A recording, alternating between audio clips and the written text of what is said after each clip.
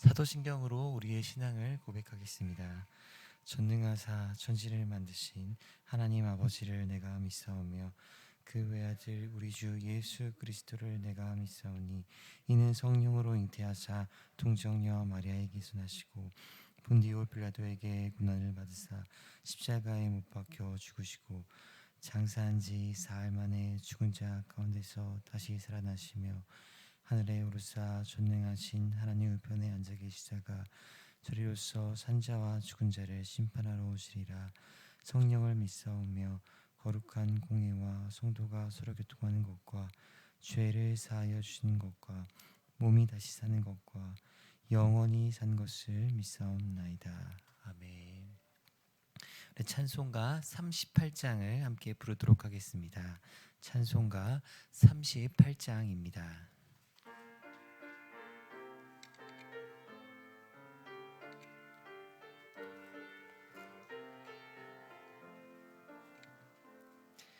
예수 우리 왕이여 이곳에 오셔서 우리가 왕께 드리는 영광을 받아 주소서.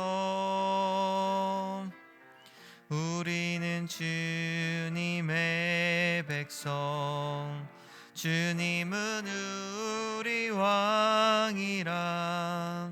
왕이신 예수님 오셔서 좌정하사 다스리소서. 예수 우리 주시여 이곳에 오셔서 우리가 주께 드리는 찬양을 받아 주소서.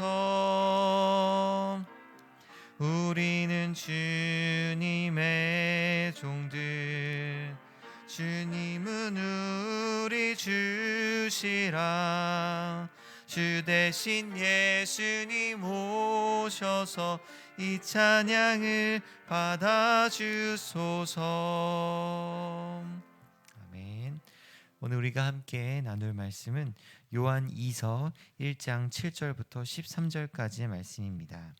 제가 가진 성경으로는 신약 성경 395쪽입니다. 요한 2서 1장 7절부터 13절까지 말씀입니다. 제가 7절부터 한 절씩 교독하고 마지막 절은 합독하겠습니다. 미혹하는 자가 세상에 많이 나왔나니 이는 예수 그리스도께서 육체로 오심을 부인하는 자라.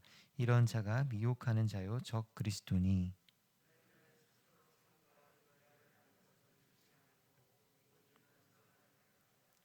지나쳐 그리스도의 교훈 안에 거하지 아니하는 자는 다 하나님을 모시지 못하되 교훈 안에 거하는 그 사람은 아버지와 아들을 모시느니라.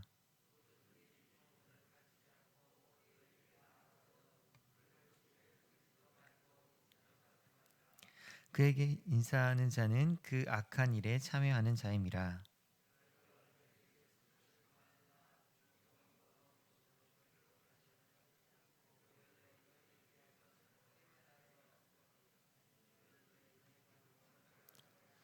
함께 읽겠습니다.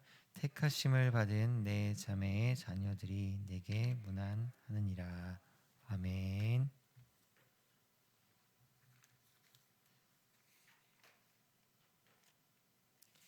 우리 이른 새벽에 주님 전에 올라오시면서 7분의 성도님이 1천 번째 예물을 드리셨습니다. 네, 새벽 예배 나오신 성도님들을 환영하고 축복합니다. 오늘 말씀은 요한 2서 후반부의 말씀입니다. 어제의 말씀인 6절까지의 전반부 말씀의 주제가 진리 안에서 사랑하라는 사랑의 새 계명을 실천하라는 것에 있었다면, 후반부인 7절부터 말씀은 이단을 경계하라는 주제를 가지고 있습니다. 먼저 7절에 보면 요한은 미혹하는 자가 세상에 많이 나왔다는 사실을 가지고 경고하고 있습니다. 여기서 미혹하는 자라고 번역된 단어는 길을 잃게 하다 혹은 방황하게 만들다라는 원어의 뜻을 가지고 있습니다. 특별히 이 미혹하는 자들의 특징은 예수 그리스도께서 육체로 오심을 부인하는 자이다라고 말씀합니다. 이는 예수님의 성육신을 부정하는 것입니다. 그래서 예수님의 성육신을 부정하는 것은 예수님께서 구약의 약속대로 이 땅에 오신 메시아임을 부인하는 것과 같은 의미였습니다. 그래서 요한은 예수님의 성육신을 부인하게 만드는 이 미혹하는 자들이야말로 바로 적 그리스도이다라고 이야기합니다. 그러면서 8절에 첫 번째 명령을 전달합니다. 너희는 스스로 삼가라 하는 것입니다. 영어 번역에 보면 Look to yourselves라고 번역되어 있습니다. 스스로가 진리 안에 있는지 자신을 잘 살펴보라 하는 것입니다. 그래야 하나님 앞에서 온전한 상을 받을 수 있기 때문이다 라고 말씀합니다. 그러면 우리가 진리 안에 있는지 진리 안에 있지 않는지 그 스스로 살필 수 있는 기준이 무엇이 되겠습니까? 9절 말씀입니다. 지나쳐 그리스도의 교훈 안에 거하지 아니하는 자는 다 하나님을 모시지 못하되 교훈 안에 거하는 자는 그 사람은 아버지와 아들을 모시느니라. 말씀해 보면 각자가 스스로를 살필 때 그 기준이 바로 그리스도의 교훈에 있다라고 말씀합니다. 그래서 그리스도의 교훈 안에 있는 자는 아버지와 아들을 모시지만 그리스도의 교훈 안에 거하지 않는 자는 하나님을 모시지 못한다라고 경고합니다. 그렇다면 우리가 하나님을 모시고 살며 그분을 잘 섬기는 방법이 무엇입니까? 바로 성육신하신 그리스도를 믿는 참된 진리 가운데 거하는 것입니다. 그렇습니다. 오늘날에도 이단이라고 불리는 그 단체들의 공통적인 특징이 있다면 바로 이 예수 그리스도의 교훈을 부정한다는 것입니다. 그래서 현대 종교에 따르면 이 JMS라는 이단 단체는 12월 25일 예수님 탄생하신 성탄절을 지키는 것이 아니라 그들의 교리 안에서 교주가 탄생한 3월 정명석 생일을 성자 승천일로 지킨다고 합니다. 하나님의 교회도 마찬가지입니다. 하나님의 교회도 예수님께서 태어나신 성탄절을 지키지 않고 대신 그들의 교주인 안상홍이 태어난 날을 기념하며 지킨다고 합니다. 신천지 역시 성탄절에 큰 의미를 두지 않는 것은 동일합니다. 신천지는 성탄절에 행사를 한 적이 없고 예배도 드리지 않는다고 합니다. 신천지는 예수님을 강조하는 것이 아니라 이만희에게 초점을 맞추고 있기 때문입니다. 심지어 통일교에서는 이 성탄절을 슬픈 날로 여긴다고 합니다. 통일교의 교리에서는 예수님께서 이 땅에 메시아로 오셨지만 실패한 분으로 여기기 때문입니다. 또 이단 중에 성탄절 행사를 가장 크고 화려하게 하는 만민중앙교회는 겉으로는 예수님을 축하하고 찬양하지만 사실 성탄절에는 이재록을 위한 예물을 준비하고 이재록을 준신격화하는 날로 여긴다고 합니다. 이단들은 이렇게 오늘날까지도 여러 모양으로 육체로 이 땅에 오셨던 메시아 예수 그리스도를 부정하고 있습니다. 그래서 요한은 우리가 이러한 이단들에 미혹되지 않으려면 그리스도의 교훈 안에 있는가 스스로를 살펴야 한다라고 말씀하는 것입니다. 그럼 우리가 어떻게 하면 그리스도의 교훈 안에 있는가를 잘 살필 수 있을까요? 우리나라의 전문 직업들 중에 위폐감별사라는 직업이 있습니다. 이 위폐감별사는 국내외 은행의 영업점에서 위변조 대응센터로 보내오는 그 지폐들이 진짜인지 가짜인지를 검수하는 일을 하는 사람입니다. 우리나라에 이 직업을 가진 사람은 100명 정도 된다고 합니다. 그런데 이 위폐감별사는 자격증을 따로 발급하는 기관이 있지는 않다고 합니다. 다만 위폐감별사가 되기 위해서는 한 가지 조건이 있는데 그것은 바로 진짜 돈을 만지는 은행원이 되어야 한다고 합니다. 그래서 3년에서 한 4년 동안 은행에서 은행원으로 근무하면서 먼저 진짜 화폐를 충분히 관찰하고 만져보고 난 후에 그 경험이 있는 사람만이 이 위폐 감별 업무를 전문적으로 할 수 있는 자격이 주어진다고 합니다. 그래서 진짜 돈이 어떤 것인가를 잘 알고 있는 사람이 가짜 돈 위폐가 들어왔을 때 그것을 잘 알아차리고 구별해낼 수 있다는 것을 보여주고 있습니다. 사랑하는 제2가족 여러분, 이것은 우리의 신앙생활에도 동일한 원리일 것입니다. 우리를 미혹하는 이단인지를 아닌지를 잘 분별하려면 먼저 성경이 말하는 진짜 복음이 무엇인가를 잘 알고 있어야 합니다. 진짜 복음이 무엇인지를 잘 알고 있는 사람만이 가짜 복음이 들어왔을 때 그것을 가려낼 수 있기 때문입니다. 그래서 우리 신앙의 선조들은 우리가 이단의 미혹에 빠지지 않도록 복음의 내용들을 체계적으로 정리해서 자녀들에게 가르쳤습니다. 그것이 바로 교리라는 것입니다. 교리는 성경의 내용을 체계적으로 정리해 놓되 문답식으로 정리해 놓은 것입니다. 그래서 성경의 말씀들을 쉽게 이해하고 기억하고 암송할 수 있도록 선조들이 만들어 놓은 것입니다. 그러므로 언젠가 기회가 되신다면 웨스트민스터 소요리 문답이나 하이델베르크 교리 문답 같은 것들을 잘 배워두시면 좋겠습니다. 특별히 요즘에는 스스로 공부하면서 교리 문답을 익힐 수 있는 좋은 책들이 시중에 많이 나와 있습니다. 그래서 관심만 가진다면 얼마든지 교리를 혼자서도 공부할 수 있습니다.